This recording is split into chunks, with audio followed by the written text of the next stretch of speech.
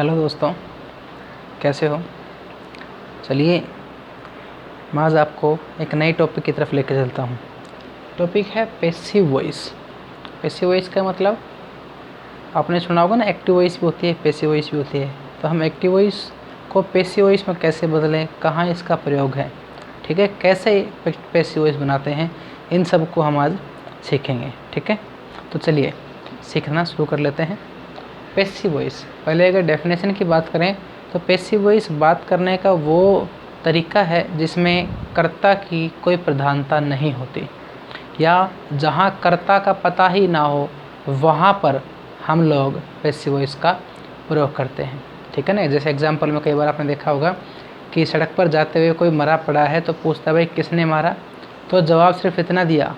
या किसी ने पूछा कि ये क्या हुआ जी, तो क्या कहेंगे, टक्कर मार के मार दिया। किसने मारा, क्योंकि पता ही नहीं किसने मारा, तो हम उसका मारने वाले का, उस एक्सीडेंट करने वाले का जिक्र नहीं करते।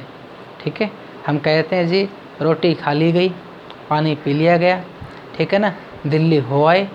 इस तरह से ये जो सेंटेंसेस हैं ये कैसे हैं, पैसिव वॉइस के हैं। कैसे बनाते हैं, आइए चलिए शुरू कर लेते हैं।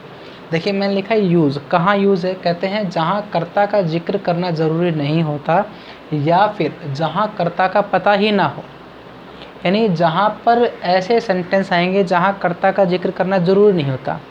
अनआइडेंटिफाइड सब्जेक्ट, उनका हम सब्जेक्ट में पीछे ऑब्जेक्ट के रूप में यूज़ नहीं करते, तो हम पैसिव वॉइस का प्रयोग करते हैं।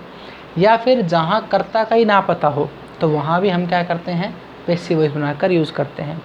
मेनली पैसिव वॉइस का अगर प्रयोग देखें तो एक ऑफिशियल लैंग्वेज की तरह किया जाता है, ऑफिसेज में इसका प्रयोग किया जाता है। नोटिस देखे होंगे आपने, जो ऑफिस में निकाले जाते हैं सर्कुलर्स जो निकलते हैं, वो लिखते हैं it is informed to general public. It is informed, ये थोड़ी लिखते हैं कि ये थोड़ी लिखते हैं कि I inform to general public. I नहीं लिखता, लिखने वाला कभी भी अपना नाम नहीं लिखता, क्या लिखता है, it is inform to general public. यह है साधारण लोगों को सूचित किया जाता है इस तरह से। तो ये पैसिव वॉइस की लैंग्वेज है, वही हम यूज़ करते हैं ऑफिसेज में। तो चलिए कैसे बनाते हैं, स्कूल लेवल की अगर बातें करें, बच्चों को सिखाया जाए पैसिव वॉइस कैसे बनाएं, तो सीखिए कैसे बनाएं। सीखने का जो तरीका है वो 6 स्टेप्स फॉलो करते हुए बनाते हैं। जिन बच्चों ने, ये देखिए बोर्ड पे, ये जो 6 स्टेप्स हैं, जिन बच्चों ने 6 स्टेप्स पूरे कर लिए, ये मान लीजिए कि आपको पैसिव वॉइस बनाने आ जाएगी। पैसिव वॉइस बनाते वक्त बस इसी बात का ध्यान रखना है कि ये 6 स्टेप आपके इंक्लूड हो गए हों। अगर इंक्लूड 6 स्टेप आपके नहीं हुए तो इसका मतलब आपका कुछ ना कुछ बाकी रह गया। हाँ, ऐसा हो सकता है कि कोई चीज़ मान लीजिए ये बना रहे हैं, वहाँ पर नहीं मिल रही एक्टिव वॉइस में, तो फिर उस स्टेप को छोड़कर आप नेक्स्ट स्टेप पे आ सकते हैं। कैसे, चलिए शुरू करते हैं। एक्टिव वॉइस को पैसिव बनाते वक्त क्या करें, सबसे पहले हमें ऑब्जेक्ट लेना होगा। किसका, एक्टिव वॉइस का। एक्टिव वॉइस का जो ऑब्जेक्ट है, कौन सा ऑब्जेक्ट, ये, इस ऑब्जेक्ट को कहाँ लेके आएंगे हम, सब्जेक्ट के रूप में ले आओ। जैसे इसको ले आते हैं, ठीक है, ये रहा वी। उसके बाद हेल्पिंग वर्ब।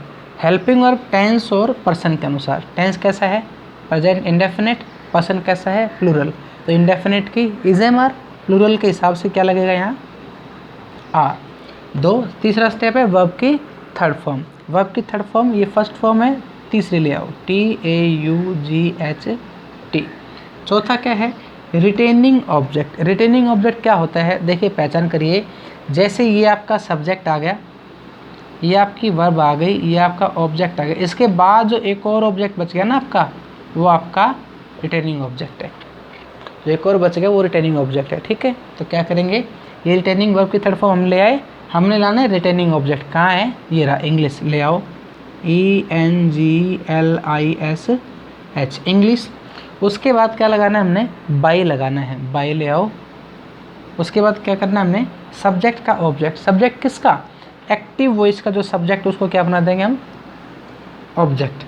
किसका, पैसिव वॉइस का, क्या बना देंगे, मिस्टर अरुण। क्लियर।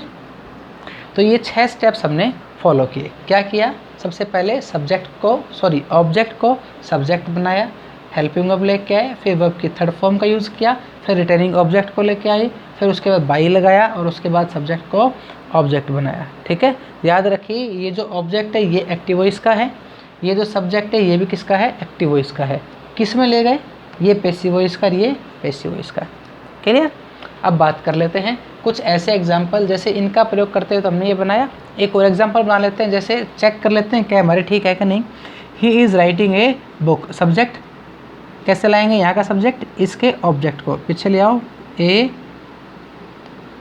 बुक ले आई, इस ऑब्जेक्ट का सब्जेक्ट बना लिया।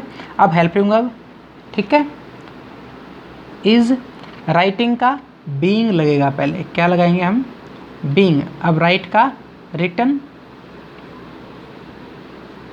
ए बुक इज़ बीइंग रिटन, अब क्या लाओ, बाय ले आओ, उसके बाद क्या ले आओ, ही का हिम। देखिए आप कह सकते हैं अक्सर आपने फोर्थ स्टेप फॉलो नहीं किया रिटर्निंग ऑब्जेक्ट का, तो मैंने कहा था कि जहाँ ये स्टेप आपको ना मिले एक्टिव वॉइस में उसको छोड़ दो। अब यहाँ है ही नहीं, यहाँ रिटर्निंग ऑब्जेक्ट होता तो हम यहाँ ले आते वर्ब के बाद, या रिटर्निंग ऑब्जेक्ट है ही नहीं है तो हम क्या करें, हमने सीधा नेक्स्ट स्टेप पे आ गए। आपको भी ऐसे ही करना है, ठीक है।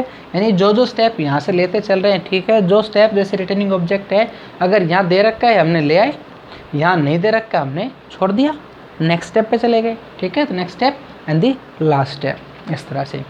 एक तो ये तो एग्जाम्पल हो गया इसका कि जहाँ कर्ता का जिक्र करना ज़रूरी नहीं होता, ठीक है, या जहाँ कर्ता का पता ही ना हो, इस बात को और चेक कर लेते हैं। क्या कहते हैं, जहाँ कर्ता का जिक्र करना जरूरी नहीं होता, तो किन कर्ता का जिक्र नहीं करना, उन कर्ता का हमने जिक्र नहीं करना जिन कर्ता के बारे में या तो स्पेसिफाइड नहीं है कि ये किसने काम किया, या वो कॉमन इन पर्सन कहा गया कि ऐसा सब्जेक्ट किसी को कॉमनली बनाया गया, जैसे पीपल है ना, सभी लोगों को इंक्लूड करता है, तो जो कॉमन इंक्लूड किया गया वो है उसको हम पीछे छोड़ सकते हैं, ठीक है। कैसे करेंगे, देखिए पीछे की वर्ब क्या है, टी ले आओ, टी जो वर्ब है क्या है, टेक, पहले हेल्पिंग वर्ब लेके आएंगे, हमें इसका जो ऑब्जेक्ट था ये ऑब्जेक्ट है, इसको क्या लिया, सब्जेक्ट बना लिया टी। अब क्या लगाएंगे, इज, ठीक है, क्योंकि इंडेफिनिट टेंस है वो भी प्रेजेंट का, तो इज एम आर, टी इज। अब वर्ब की फर्स्ट फॉर्म थर्ड फॉर्म ले आओ, क्या बन जाएगा, टेकन, टी इज टेकन, ठीक है। अब क्या बच गया हमारे पास, इन द मॉर्निंग बचा हुआ है, इसको ले आओ, इन द मॉर्निंग, MORNING, ठीक है, फुल स्टॉप लगा दिया। क्यों लगा दिया, क्योंकि ये बाई करके जो ऑब्जेक्ट बनाना है, ऑब्जेक्ट तो इस सब्जेक्ट को बनाएंगे, तो ये एक नॉट स्पेसिफाइड है, यानी काम किसी एक पर्टिकुलर आदमी द्वारा नहीं किया जा रहा, या जिसका बारे में बताने का जिक्र है ही नहीं, छोड़ देते हैं। एक और भी कारण है हमने पीपल ना यूज़ किया, देखिए जहाँ कुछ ऐसी चीज़ों का जिक्र हम करने लग जाएं जो सबके द्वारा कोई काम हो रहा है, जैसे कहते हैं ना भाई लोग सुबह चाय पीते हैं, लोग चाय पीते हैं ना, तो सीधे भी कह सकते हैं ना कि चाय सुबह पी जाती है। अब किसके द्वारा पी जाती है इसका जिक्र है ही नहीं, क्योंकि चाय एक ऐसी आदत है जो सबकी बनी हुई है, यानी लगभग सारे संसार में इस आदत को फॉलो किया जाता है, तो कॉमन इन पर्सन हैबिट है, तो इसलिए हमने क्या किया, तो जो पब्लिक पीपल है उसको हमने पीछे यूज़ नहीं किया। एक्चुअली अगर रूल्स पे चलें तो रूल ये कहते हैं कि जहाँ indefinite pronoun as a subject use किया गया है तो उसका हम पैसिव वॉइस में एज ए ऑब्जेक्ट चाहे तो यूज़ नहीं कर सकते, चाहे तो हम उसे छोड़ सकते हैं, उससे कोई फ़र्क नहीं पड़ने वाला, ठीक है। जहाँ ज़रूरत है ही नहीं उसको छोड़ दो, अगर ज़रूरत है स्पेसिफाइड मेंशन करना ज़रूरी है तो वहाँ लगाना ही पड़ेगा आपको, ठीक है। जैसे ये मिस्टर रूम ने एक सिंगुलर पर्सन पर्टिकुलर लगाया, ही एक पर्टिकुलर है हमने लगाया, क्योंकि ये और ये कैसा है, इनडेफिनाइट आपका प्रोनाउन है, इसलिए हमने उनको वहाँ लगाने की आवश्यकता नहीं समझी, पीछे छोड़ दिया। एक्चुअली अगर देखें तो पैसिव वॉइस बनती ही किन से है, सिर्फ हेल्पिंग वर्ब से। कैसे पहचान करते हैं मैं आपको नेक्स्ट चैप्टर में बताऊंगा। अभी आज के लिए एक बार क्विक रिवीजन ले लेते हैं, आज के लिए इतना ही है। टाइप 1 मैंने आपको आज कराया है, टाइप 2 टाइप 3 नेक्स्ट वीडियोज़ में आपको लूँगा। अभी एक क्विक रिवीजन लेते हैं। पैसिव वॉइस क्या है, पैसिव वॉइस एक ऐसा बातचीत करने का तरीका है जहाँ हमें कर्ता की बताने की आवश्यकता नहीं होती, यानी सीधे हम कर्म पर ध्यान देते हैं। यूज़ कहाँ है कि खासकर वहाँ हम इसका यूज़ करते हैं जहाँ पर हमें कर्ता का पता ही ना हो या फिर जहाँ कर्ता का जिक्र करना ज़रूरी नहीं होता। कैसे बनाएंगे हम इसको, फॉर्मेशन कैसे करेंगे, ऑब्जेक्ट जो एक्टिव वॉइस का है उसे पैसिव वॉइस का सब्जेक्ट बना दें, फिर हेल्पिंग वर्ब ले आएँ एज पर टेंस और पर्सन के, फिर उसके बाद वर्ब की थर्ड फॉर्म लिखें, उसके बाद रिटर्निंग ऑब्जेक्ट को लेकर आएँ, उसके बाद बाय लगाएं और उसके बाद सब्जेक्ट जो एक्टिव वॉइस का जो सब्जेक्ट है उसे पैसिव वॉइस का ऑब्जेक्ट बना दें, ठीक है। ये स्टेप्स हैं। उसके बाद मैंने कहा कि जहाँ कर्ता का जिक्र करना ज़रूरी नहीं होता है, इसको वेरीफाई यहाँ किया है। पीपल एक ऐसा करता है जो कॉमन इन पर्सन है, इसका यहाँ पीछे जिक्र करना ज़रूरी नहीं है, तो हम इसे छोड़ सकते हैं। हमने सीधे मेन मुद्दे को ले लिया, ऑब्जेक्ट के हिसाब से हमने काम कर लिया। उसके बाद क्या किया, मिस्टर अरुण टीचर्स अस इंग्लिश, इसमें हमने 3 चीज़ों को फॉलो किया। मेनली हमने रिटेनिंग ऑब्जेक्ट छांटना सीखा। कैसे, क्योंकि जो वर्ब होती है उसके बाद जो ऑब्जेक्ट, उसके बाद जो बचा वो आपका रिटेनिंग ऑब्जेक्ट है, ठीक है। उसको आपको ध्यान में रखते हुए इन फॉलोड स्टेप को यूज़ करते हुए आपको लिखते चलना है, ठीक है। He is writing a book, जो इज़ लगा के बीइंग लगा है, ये आईएनजी को हटा के बीइंग लगाना होता है।